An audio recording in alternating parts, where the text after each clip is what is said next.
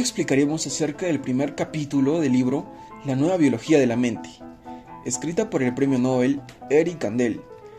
Él, reconocido como uno de los neurocientíficos más prominentes del mundo. En su primer capítulo, Lo que los trastornos cerebrales nos dicen acerca de nosotros mismos, el autor plantea la interrogante principal a desarrollar. ¿Qué le ocurre al sentimiento de identidad cuando el cerebro no funciona adecuadamente? ¿Cuando está aquejado por traumas y enfermedades? Él mismo, que en sus primeros párrafos precisa que cuanto más sepamos sobre las mentes anómalas, tantas más probabilidades tendremos como personas y como sociedad de comprender, empatizando con ellas, a las personas que piensan de otro modo, y tanto menos probable será de que las estigmaticemos o las rechacemos. Pioneros de la neurología y la psiquiatría. En 1790, el médico francés Philippe Pinel creó la disciplina que ahora denominamos psiquiatría. Pinel insistía en que los trastornos psiquiátricos no son perturbaciones mentales, sino enfermedades clínicas. Sin embargo, no se hicieron más progresos en el conocimiento de los trastornos psiquiátricos hasta comienzos del siglo XX, cuando el gran psiquiatra alemán Emil Kraepelin fundó la psiquiatría científica moderna. Paul Broca y Karl Wernicke son los dos primeros médicos que explicaron la posibilidad de entendernos mejor. Broca examinó una zona en la parte frontal del hemisferio izquierdo, una zona que pasó a denominarse área de Broca. Por otro lado, Wernicke examinó la zona en la parte trasera del hemisferio izquierdo, parte que pasó a denominarse área de Wernicke. Después del estudio, determinó que cada neurona tiene los mismos 4 componentes anatómicos principales: el cuerpo celular, las dendritas, el axón y las terminaciones presinápticas. Asimismo, Ramón y Cajal escribió su doctrina de la neurona, donde sostiene la teoría de que las neuronas eran células cerebrales individuales. Las neuronas, los pilares del cerebro.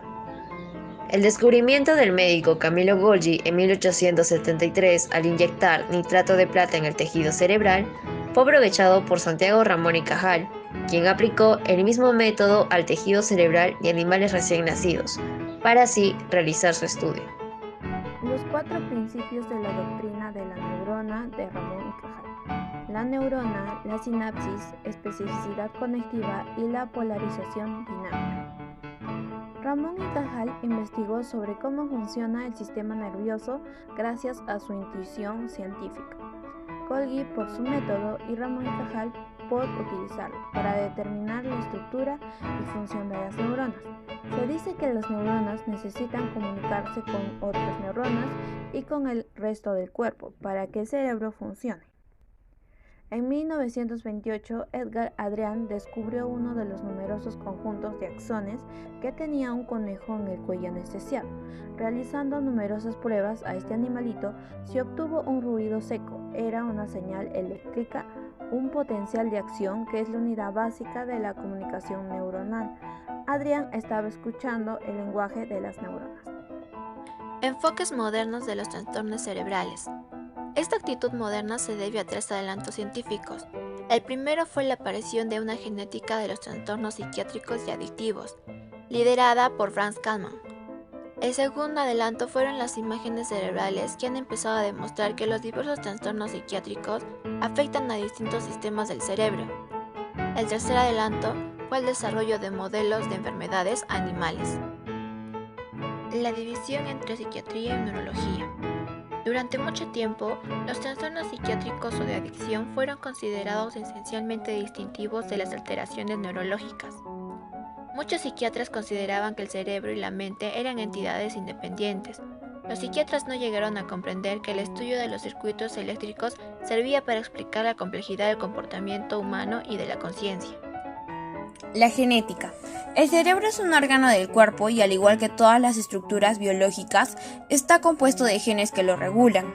Los genes se reproducen generalmente de modo fiable, pero cuando uno yerra se origina una mutación. Este puede resultar beneficiosa, pero también puede causar posibles trastornos. Para interpretar bien los trastornos mentales, los científicos intentan identificar los genes subyacentes, para luego comprender por qué esas variaciones genéticas, al interaccionar con el entorno, producen un desarreglo. Hablamos de influencias genéticas porque la herencia de los trastornos psiquiátricos es compleja. No hay un gen único que cause esquizofrenia o trastorno bipolar. Según Kalman, el gemelo idéntico de una persona con esquizofrenia o trastorno bipolar tiene muchas más probabilidades de padecer esa misma dolencia que un gemelo fraterno, debido a que los gemelos idénticos comparten los mismos genes y los fraternos solo comparten la mitad. Imágenes cerebrales. En la década de 1970, los médicos contaban con herramientas rudimentarias para examinar un cerebro vivo. Sin embargo, empezaron a aparecer dos clases de imágenes que cambiarían por completo nuestro conocimiento del cerebro: las imágenes estructurales y las imágenes funcionales. Las técnicas imagenológicas funcionales y estructurales han permitido a los científicos observar el cerebro de otra manera. Esta información resultó esencial, porque hoy en día se cree que los trastornos psiquiátricos son también alteraciones de los circuitos neuronales. Modelos de animales. Los modelos animales son fundamentales para la comprensión de los trastornos cerebrales. Nos han permitido ver de distintas maneras el circuito neuronal. Los modelos ratoniles han dado a los científicos la oportunidad de comprender que las extrañas mutaciones estructurales de los genes producen una actividad cerebral anormal en el caso del autismo y la esquizofrenia. Los modelos animales permiten realizar experimentos controlados que revelan las conexiones entre los genes, el cerebro, el entorno y el comportamiento. Acercamiento de la división entre trastornos psiquiátricos y neurológicos.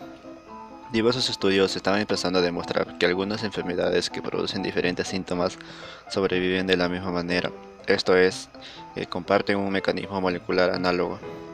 Un ejemplo sería el Alzheimer, que afecta sobre todo a la memoria, el Parkinson, que estaba afectada principalmente a lo que es el movimiento, y la enfermedad de Huntington, que afecta al movimiento también.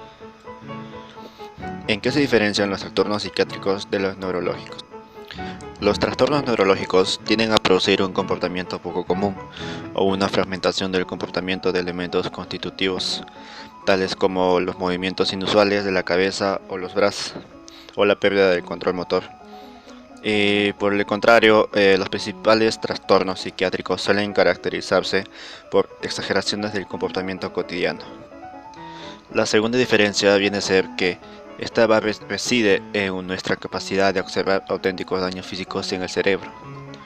Unos daños debidos a trastornos neurológicos suelen ser claramente visibles en una autopsia o mediante la imagenología estructural, y los daños producidos por trastornos psiquiátricos suelen ser menos evidentes. Pero a medida que aumenta la resolución de las imágenes tomográficas, empezamos a detectar los cambios que se derivan de estos trastornos. La tercera diferencia es la ubicación, ya que debido a la importancia que tradicionalmente se da a la anatomía, sabemos mucho más acerca de lo que va a ser el circuito neuronal de las anomalías neurológicas que de los trastornos psiquiátricos. Gracias.